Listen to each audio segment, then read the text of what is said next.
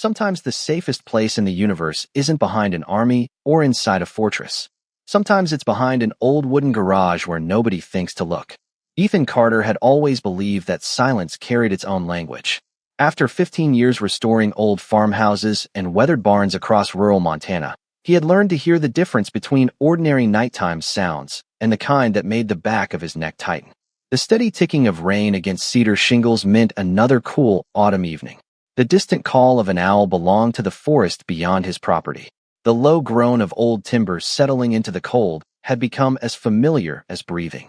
But the faint scrape that drifted from behind his detached garage just after 2 o'clock in the morning belonged to none of those things. He set his coffee mug down beside the kitchen sink and stood still. The motion sensor light outside had never turned on.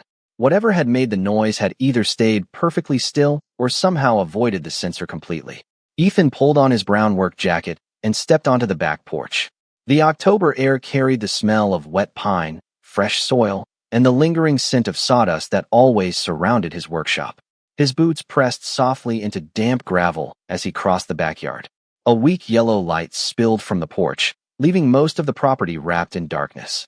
His garage stood near the tree line, its weathered wooden walls silvered by decades of mountain winters. The building had been there long before he bought the property, and every spring he promised himself he would replace the sagging rear fence behind it. Every spring something else demanded attention instead.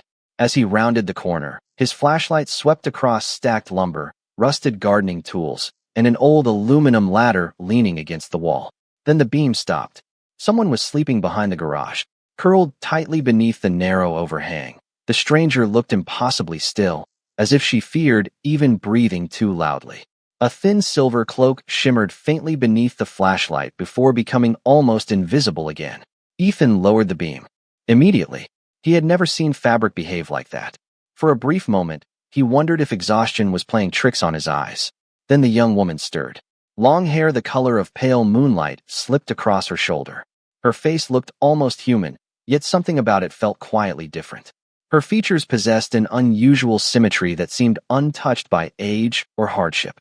Her skin carried a soft ivory glow beneath the rain-soaked darkness, neither pale from illness nor bright with makeup, but naturally luminous like polished pearl beneath morning light. Her closed eyes fluttered once before opening. Golden irises reflected the flashlight with a faint inner ring that no human eye could produce. Ethan forgot to breathe. She did not scream. She did not run. Instead, she looked directly at him with exhausted caution, studying his expression before his clothes, his boots, and finally the steaming mug still clutched in his left hand. Her gaze lingered on it as though warmth itself had become a forgotten memory. Very slowly she tried to sit up, but her body trembled from fatigue. Ethan instinctively took one careful step backward instead of forward. "Easy," he said softly. "You're safe. I'm not going to hurt you." She watched him for several long seconds. Rain tapped gently against the garage roof above them, while somewhere beyond the trees a freight train sounded its lonely horn across the valley. The woman swallowed with visible effort before speaking in careful English touched by an unfamiliar melody. "Please," her voice was barely louder than the rain. "Please don't send me back." The words landed with unexpected weight. Ethan had heard fear before. He had volunteered after floods and wildfires, helping families rebuild homes they thought they had lost forever. He recognized panic. He recognized grief. But what he heard inside those 6 words was something deeper than either. It sounded like someone who had already accepted that no one would believe her. Ethan glanced toward the open fields surrounding his property. Nothing moved except rain drifting across the pasture. No headlights approached the gravel road. No helicopters crossed the clouds. Everything looked ordinary. Yet the woman's eyes kept searching the sky instead of the ground, as if danger could descend from above without warning. Ethan followed her gaze. Hidden beyond thick storm clouds, something flashed once. Not lightning.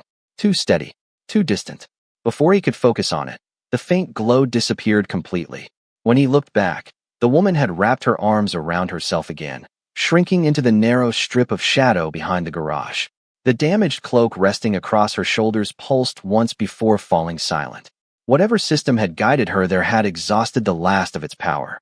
Thick timber, aging steel supports, and the unusually low level of electronic interference surrounding the old garage had created a rare blind spot that long-range orbital scanners struggled to resolve.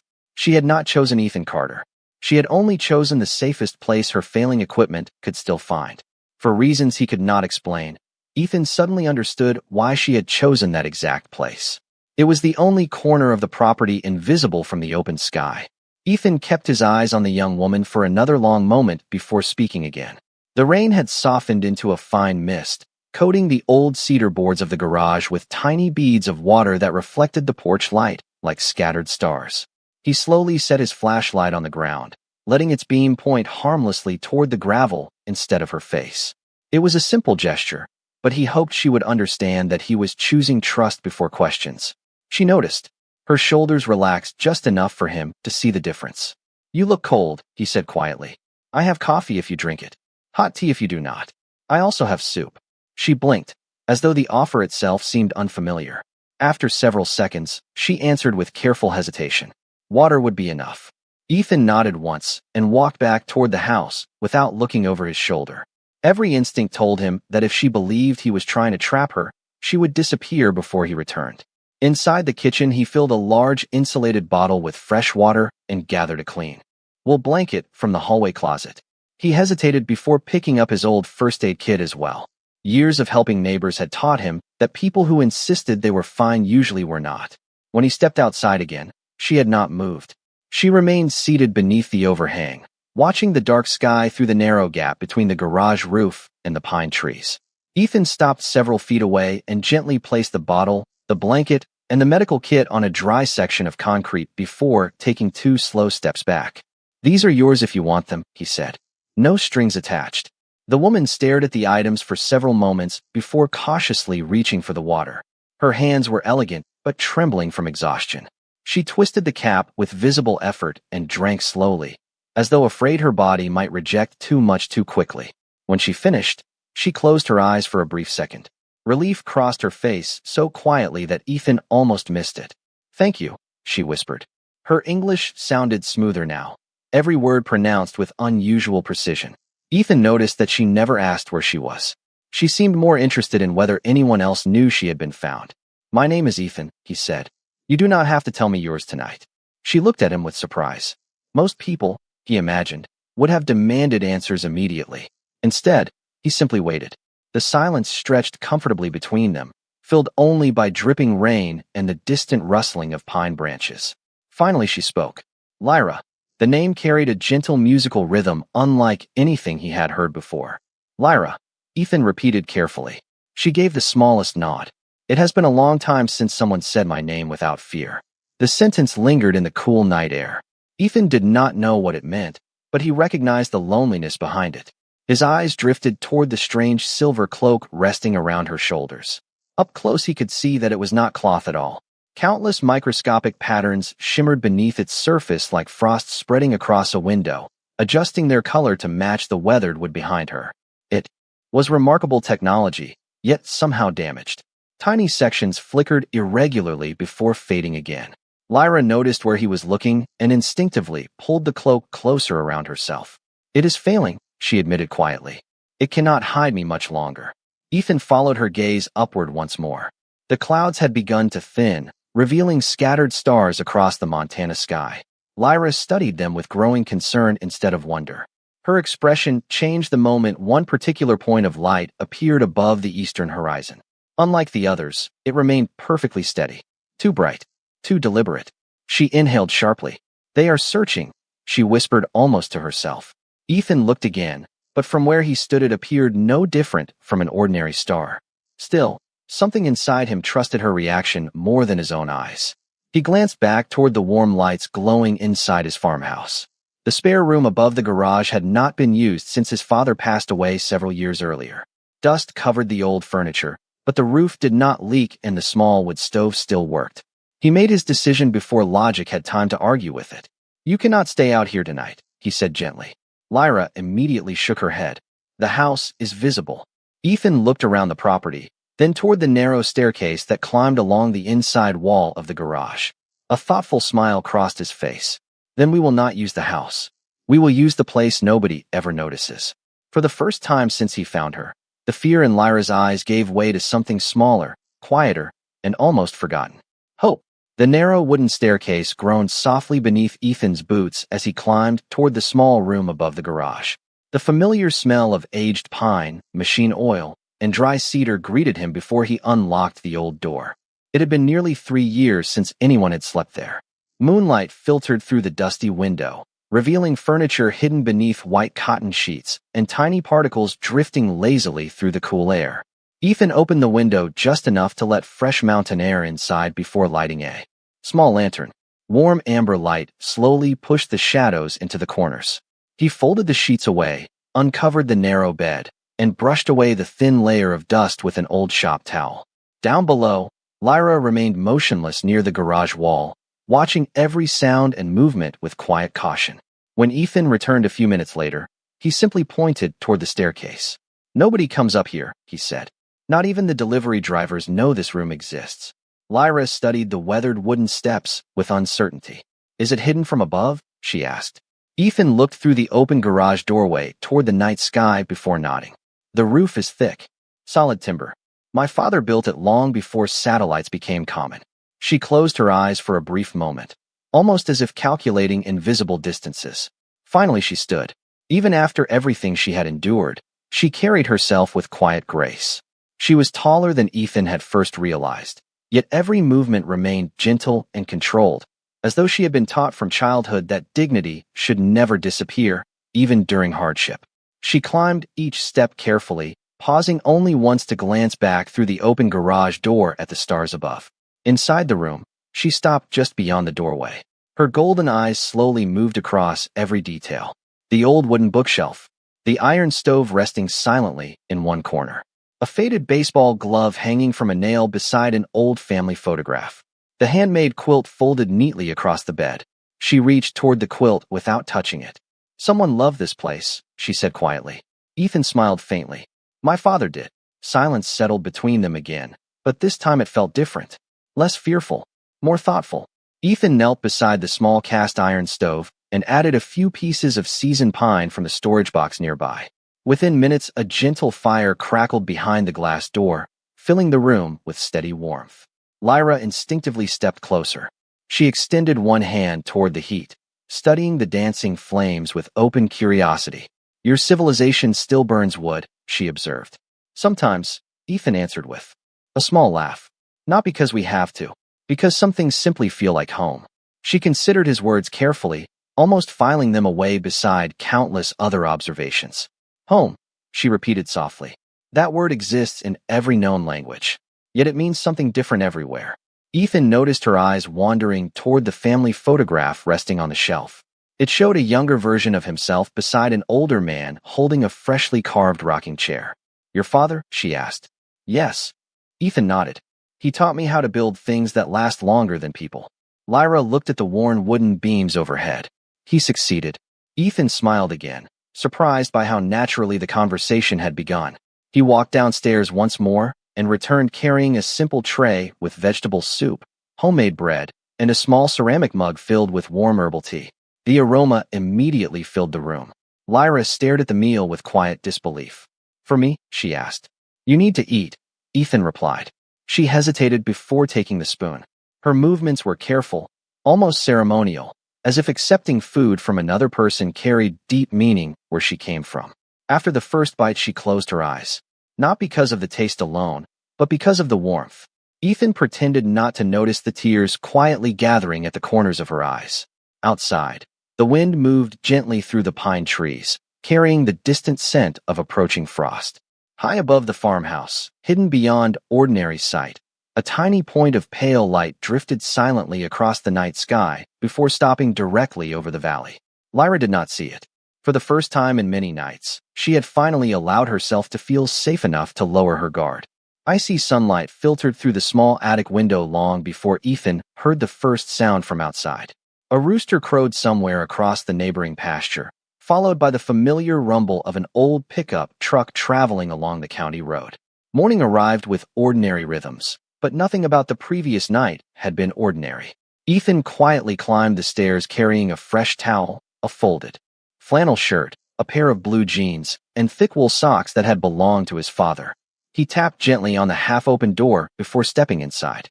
The small wood stove still glowed with fading embers, filling the room with comforting warmth. Lyra sat beside the window, wrapped in the handmade quilt, watching thin ribbons of morning fog drift between the pine trees. She had not slept in the bed. Instead, she had chosen the wooden rocking chair facing the sky. Her eyes looked calmer than before, yet they still searched every distant movement beyond the hills. Ethan placed the folded clothes on the old cedar chest beside her. "They may not fit perfectly," he said with an apologetic smile, "but they will be warmer than what you have now." Lyra looked down at the neatly folded garments with quiet curiosity.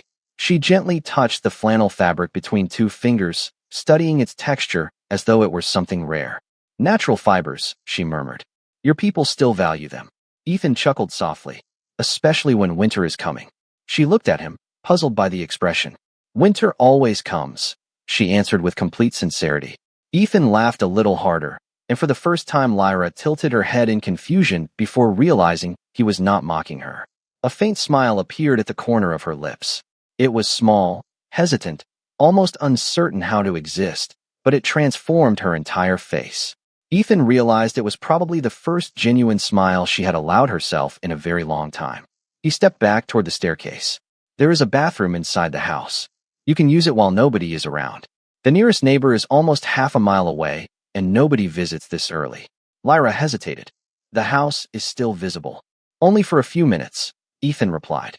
"Sometimes we have to trust timing more than hiding."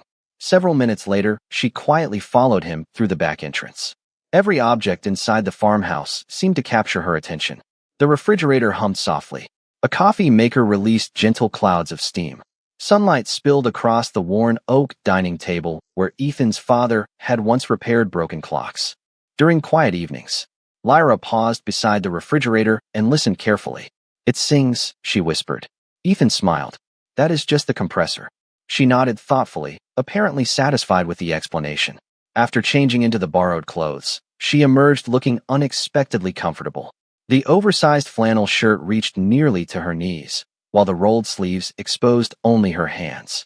Ethan noticed she stood a little straighter now, less like someone running, more like someone remembering how to breathe. They shared breakfast in comfortable silence. Fresh scrambled eggs, toast with homemade blackberry jam, and warm herbal tea replaced the fear that had filled the previous night. Lyra carefully observed every step before tasting each unfamiliar food. The blackberry jam fascinated her most.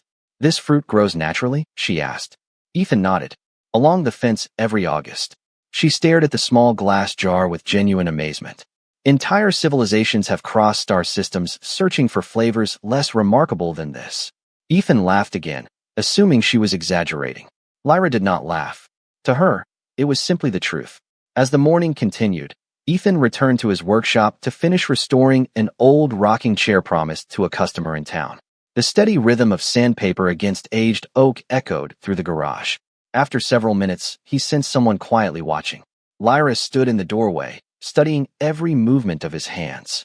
She watched the wood shavings curl away from the blade, the careful measurements, the patient sanding, and the final touch of warm linseed oil soaking into the grain. "You repair what time tries to erase," she said softly. Ethan looked up and smiled. "That is one way of putting it." Lyra stepped closer, running her fingertips just above the polished wood without touching it. "Where I come from," she whispered, "nothing is repaired. It is simply replaced." Ethan gently set the chair upright. "Maybe that is why people stop valuing things." Lyra lowered her eyes.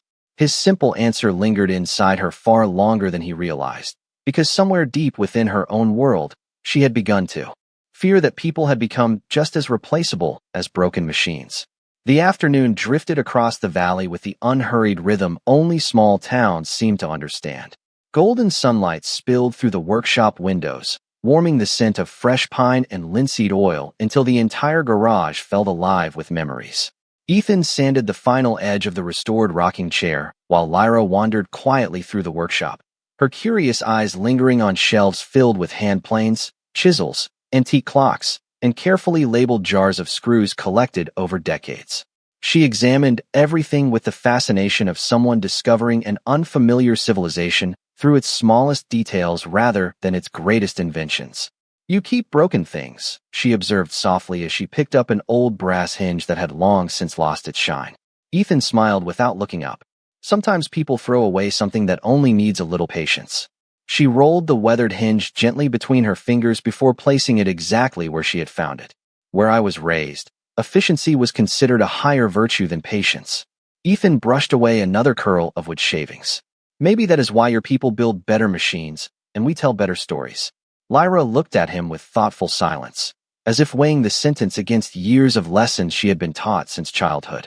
Outside, a gentle breeze carried dry leaves across the gravel driveway, their soft scraping interrupted only by the distant hum of a passing crop duster several miles away.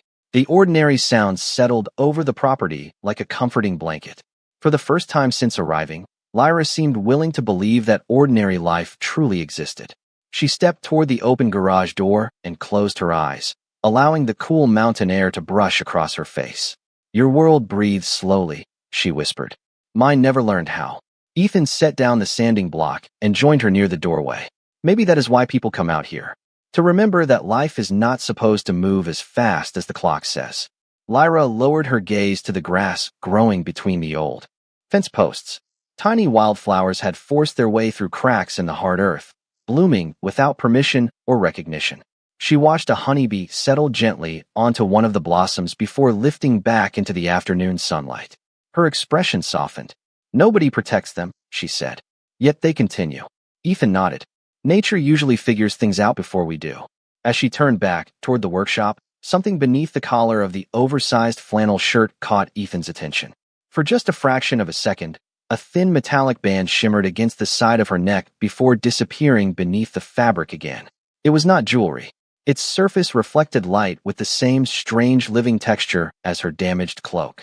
Lyra noticed his eyes immediately. Instinctively, she reached for the collar, but she was a moment too late. Ethan gently raised one hand. "You do not have to explain if you are not ready." She remained perfectly still. The silence stretched until even the breeze outside seemed to pause.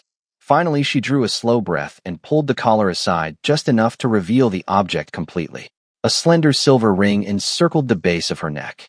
It rested against her skin without any visible clasp or seam.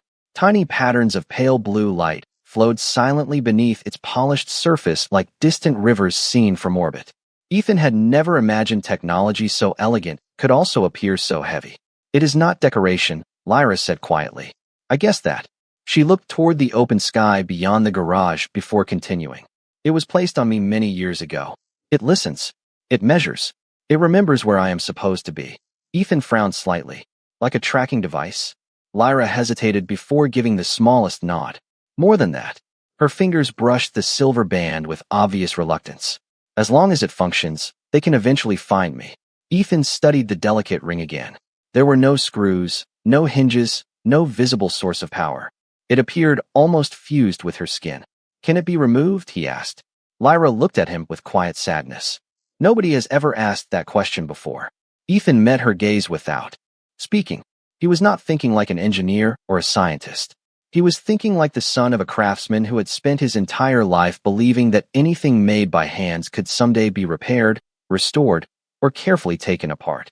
For the first time since leaving her distant home, Lyra saw something inside Ethan's steady blue eyes that none of the greatest minds in her civilization had ever offered her. Not certainty, not power, simply the quiet belief that impossible problems deserved patient hands before surrender. The silver band remained untouched for the rest of the afternoon, yet its silent presence seemed to follow every conversation. Ethan did not ask another question about it. He understood that trust, once rushed, often disappeared just as quickly. Instead, he returned to the rocking chair waiting on his workbench and carefully rubbed the final coat of oil into the weathered oak. Lyra watched him without speaking. She seemed fascinated that he could spend nearly an hour improving an object most people would never examine closely. Every careful movement of his hands appeared to challenge everything she had been taught about efficiency. As the sun drifted lower behind the western hills, long golden rays stretched across the workshop floor, turning drifting sawdust into floating specks of light. The peaceful silence was interrupted by the distant rumble of an engine approaching along the gravel road. Ethan glanced toward the driveway without concern. "Probably my neighbor," he said. "Tom usually borrows tools when he forgets to plan ahead." The truck slowed as it reached the mailbox before turning into the driveway. An aging blue pickup rolled to a stop beside the workshop. Tom Harrison climbed out carrying his usual baseball cap and easy smile. He was retired, endlessly curious, and knew nearly everyone within 30 miles. "Afternoon, Ethan," he called while walking toward the open garage. "Hope I am not interrupting anything." Ethan smiled and wiped his hands on an old shop towel. "Only arguing with an old rocking chair." Tom laughed warmly before his eyes wandered across the workshop. Lyra had already stepped behind one of the tall storage shelves, hidden from direct view. Ethan noticed the movement, but kept his expression calm. "I came to return that socket wrench I borrowed last month," Tom said, placing the tool on the workbench. "Also wanted to let you know there were some unusual government vehicles parked near the highway this morning. Black sport utility vehicles. No local plates.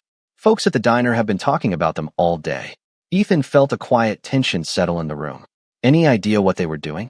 Tom shrugged. "Nobody knows. They asked a few strange questions. Mostly whether anyone had reported unusual lights in the sky over the past week." Behind the storage shelves, Lyra stood completely motionless. Even her breathing became almost impossible to notice. Ethan casually picked up the returned wrench and slipped it into the toolbox. "People around here always think every satellite is a flying saucer," he replied with an easy smile. Tom chuckled. "That is true enough." After another few minutes of ordinary conversation about weather, firewood, and the upcoming harvest festival, Tom climbed back into his truck and disappeared down the gravel road. The familiar sound of the engine slowly faded into the distance. Only after complete silence returned did Lyra step out from behind the shelves. Her face had lost all the calm she had found during the past day. She looked toward the empty driveway as though expecting more vehicles to appear at any moment. Ethan closed the garage door halfway, leaving only a narrow strip of evening sunlight beneath it. "Do you think those people were looking for you?" he asked gently. Lyra did not answer immediately. Instead, she walked toward the open side window and looked upward. The sky had become brilliantly clear after the previous night's rain. Hundreds of stars would soon appear. "They are not my people," she finally whispered. "But once someone begins asking questions, answers usually follow." Ethan leaned quietly against the workbench. "Then we will be careful." Lyra slowly shook her head. "You still do not understand." Her golden eyes settled on the silver band resting around her neck. Tiny streams of pale blue light pulsed beneath its polished surface more rapidly than before. Ethan noticed the change immediately. "It was not doing that earlier," he said. Lyra swallowed. "No." She lifted trembling fingers toward the band, but stopped before touching it. "It only behaves this way when it detects something." Ethan looked around the workshop. Everything appeared perfectly ordinary. The old radio remained silent on the shelf. The restored rocking chair rested beside the workbench. Outside, leaves drifted peacefully across the driveway. Nothing seemed out of place. Then, from somewhere far beyond the visible sky, a faint low vibration rolled through the evening air. It was so subtle that Ethan almost mistook it for distant thunder. The tools hanging neatly along the workshop wall quivered almost imperceptibly.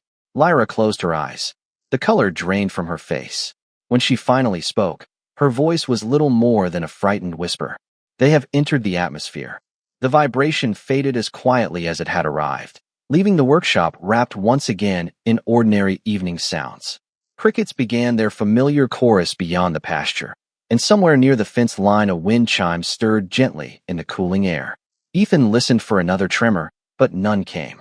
He turned toward Lyra, whose attention remained fixed on the darkening sky beyond the garage window.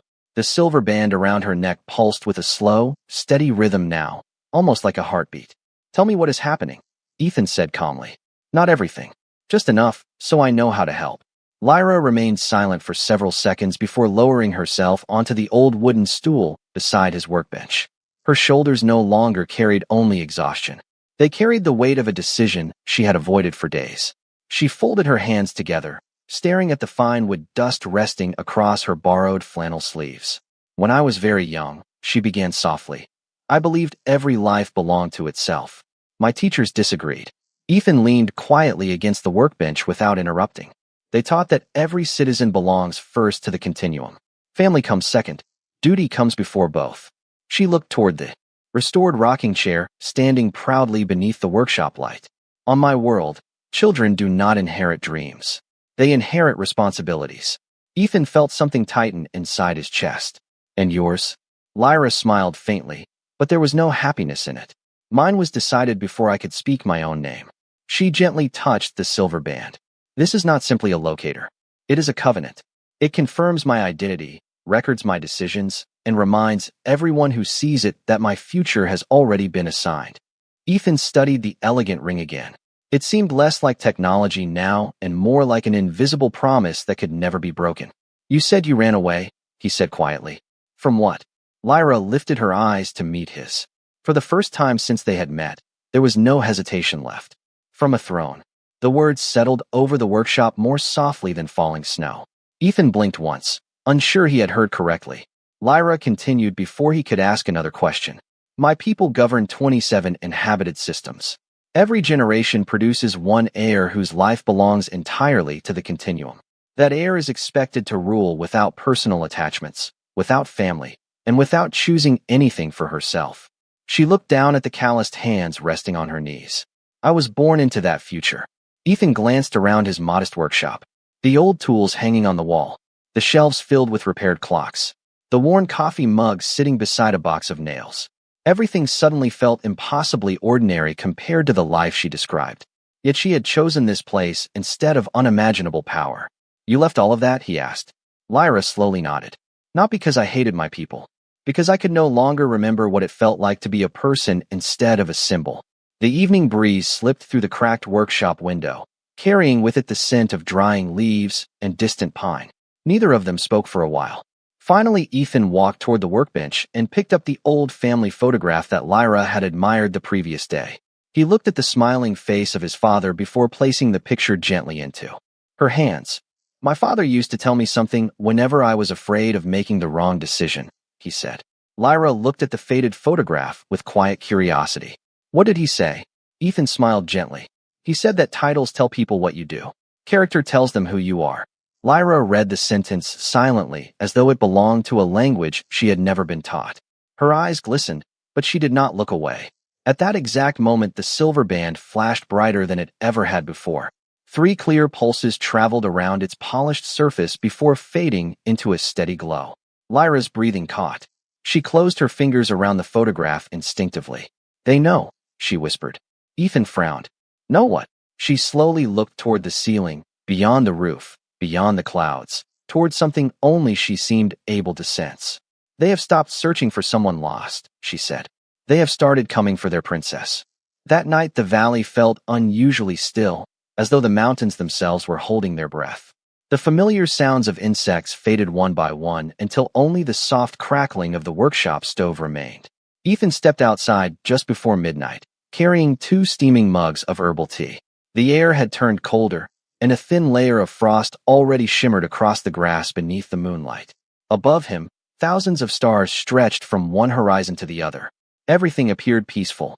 Yet after everything Lyra had shared, even the quiet sky no longer felt ordinary. She joined him a moment later, wrapping the oversized flannel shirt more tightly around herself. They stood beside the old fence without speaking, both looking upward. Does your world have seasons? Ethan finally asked. Lyra nodded slowly. Not like yours. Our climate is controlled. Storms are calculated. Harvests are scheduled decades in advance. Nothing is left to chance. Ethan smiled faintly. Sounds efficient. It is, she answered. It is also lonely. A gentle breeze carried the scent of pine needles across the hillside. Ethan watched the branches sway naturally in the darkness. Around here, he said, we spend half our lives adapting to weather we cannot predict. Lyra looked toward the distant forest. Perhaps uncertainty teaches gratitude. Ethan quietly handed her one of the warm mugs. She accepted it with both hands, letting the heat warm her fingers before taking a careful sip. You always share warmth, she observed. First a blanket, then food, now this. Ethan shrugged with an easy smile. People usually remember kindness longer than advice. Lyra lowered her eyes into the rising steam. Nobody in my world ever measured success that way. Before Ethan could answer, a faint ribbon of pale silver appeared high above the northern horizon. It was not bright enough to resemble lightning, nor fast enough to be a meteor. Instead, it drifted silently across the stars with impossible precision before stopping directly above the valley. Ethan narrowed his eyes. Do you see that? Lyra did not answer immediately. She already knew. The silver band around her neck brightened once again, bathing the collar of the flannel shirt in a soft blue glow. She closed her eyes briefly, then opened them with quiet resignation. They are waiting, she whispered. Ethan looked around the empty property. Waiting for what? For me to decide whether I will surrender willingly. Her voice remained calm, but the sadness behind it felt deeper than before. Ethan looked back toward the farmhouse, then toward the workshop where generations of repaired furniture rested beneath warm lights. Finally, he faced Lyra again. Nobody gets to make that decision except you. She turned toward him with visible surprise. You do not understand what refusing means. Ethan nodded gently. Maybe not, but I understand what choosing means. She searched his face as though hoping to find fear there instead of quiet conviction. What she found was the same steady expression he had worn the night they first met behind the garage. He was not pretending to know her world. He simply believed that every person deserved ownership of their own life.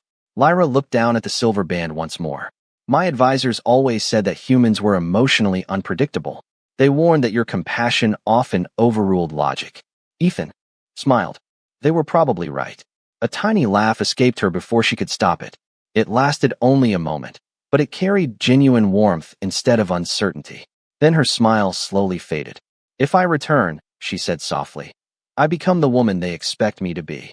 If I stay, countless people may lose the leader they have prepared their entire lives to follow. Ethan remained silent for several long seconds before pointing toward the restored rocking chair visible through the workshop window. When I rebuilt that chair, I could have made it look brand new. Lyra followed his gaze. But you did not. No, Ethan replied. I left the old marks because they are part of its story. They do not weaken it. They remind people that it survived. Lyra stared thoughtfully at the chair glowing beneath the workshop light. Slowly she understood. A leader shaped only by duty could command obedience. A leader shaped by compassion could inspire hope. High above the valley, the silver light remained perfectly still, watching without descending. For the first time since leaving her distant home, Lyra no longer wondered whether she should run. She began wondering what kind of queen she could become after learning how ordinary kindness had quietly changed her forever. Dawn arrived wrapped in silver mist, covering the valley with the same quiet beauty that had greeted Ethan every autumn for as long as he could remember. Yet this morning the silence carried expectation instead of peace. The pale light above the northern sky had remained motionless throughout the night, never approaching, never leaving, waiting with impossible patience. Ethan stood beside the old wooden fence holding 2 warm mugs, although he already knew only one would be used. Lyra stepped out of the workshop wearing the borrowed flannel shirt beneath her silver cloak, now flickering less frequently, as if it somehow sensed the journey ahead. She stopped beside him and looked across the fields glowing beneath the first rays of sunrise. This is the first sunrise I have ever watched simply because I wanted to, she whispered. Ethan smiled gently. Then it was worth staying for. Neither of them spoke again for several minutes. They simply watched golden light spill across the grass while birds welcomed another ordinary day. Finally, the silver band around Lyra's neck released one clear tone unlike any sound Ethan had ever heard. It was neither mechanical nor musical. It felt ancient. A narrow column of soft white light descended silently into the open pasture beyond the garage. There was no explosion, no roar, no display of overwhelming force. The light simply rested upon the earth with quiet certainty. 3 figures emerged from within it, dressed in flowing white ceremonial garments trimmed with threads of living silver. Their faces revealed neither anger nor triumph. They walked with calm dignity until they stopped several yards from Ethan and Lyra. The oldest among them lowered his head respectfully before speaking in perfectly clear English. Your Highness, the Continuum has come to bring you home. Lyra remained still. Her fingers tightened slightly around the faded family photograph Ethan had given her. The elder finally noticed it and frowned with quiet curiosity. You carry an object of sentimental value? She nodded. Yes. It was not issued by the Royal Archives. No. Then why preserve it? Lyra looked toward Ethan before answering. Because it reminds me of the kind of leader I wish to become. The elder studied her in thoughtful silence. You have changed. I have, Lyra replied. I learned something my education never taught me. She slowly removed the photograph from her pocket and held it carefully against her heart. A civilization is not measured by how perfectly it controls its people. It is measured by how deeply its people choose to care for one another. The valley fell silent once again. Even the morning wind seemed to pause. The elder looked toward Ethan, who said nothing at all. He neither defended himself nor demanded anything in return. He simply stood beside the weathered fence where he had welcomed a frightened stranger only days earlier. The elder's expression softened almost imperceptibly. "Human Ethan Carter," he said quietly. "Our records identify you as a carpenter." Ethan nodded. "That is right." The elder looked toward the other two guardians before speaking again. "For generations, the Continuum believed loyalty could be commanded. During your Highness's absence, the High Council has debated whether that belief has made us stronger or merely more obedient. Scholars, commanders, historians, and citizens from every inhabited system were heard before a final judgment was reached. Yesterday, for the first time in our recorded history, the Council voted unanimously to amend the Covenant of Succession." He slowly raised one hand. "No heir shall ever again wear a covenant without freely accepting its burden. A ruler chosen by fear may preserve an empire. A ruler who chooses freely may deserve one." Before Ethan could respond, the silver band surrounding Lyra's neck released a final gentle pulse before unlocking itself for the first time in her life. It separated into two delicate pieces and drifted silently into the elder's waiting hands. No chains remained. No commands followed. Only freedom. Lyra turned toward Ethan with tears shining openly in her golden eyes. "The first night we met," she said softly, "I asked you not to send me back." Ethan remembered every word. "I know." She smiled through those tears, stronger now than when she had first hidden behind the garage. "You never did. You helped me find the courage to return on my own." She stepped forward and embraced him briefly, not as a princess honoring a citizen, but as one grateful soul thanking another. Moments later, she entered the waiting column of light. It rose soundlessly into the morning sky before disappearing beyond the clouds. Months passed. Winter surrendered to spring, and spring welcomed another Montana summer. Life returned to familiar rhythms until one quiet evening Ethan heard a gentle knock behind the garage. He opened the old wooden door and froze. A small silver shuttle rested in the pasture without guards, without ceremony, and without fear. Lyra stood beside it wearing simple traveling clothes instead of royal robes. Around her neck there was no silver band, only a small wooden pendant carved from the same oak Ethan had used to restore the rocking chair. She smiled with complete peace and said, "The council asked where the new law truly began. I told them it did not begin inside a royal chamber. It began behind an old garage in Montana, where an ordinary human treated a frightened stranger like a person instead of a symbol." Ethan quietly stepped aside and held the door open exactly as he had on the first night. This time she did not whisper in fear. She walked forward with confidence, crossed the threshold by her own choice. And as the evening sun illuminated the weathered garage walls, Ethan noticed something engraved on the wooden pendant resting against her heart. It was not the crest of the Continuum. It was the simple outline of a weathered garage. Every child in the Continuum would one day learn its meaning as the symbol of the first choice accord. The moment an ordinary act of human kindness forever changed the oldest law of 27 star systems.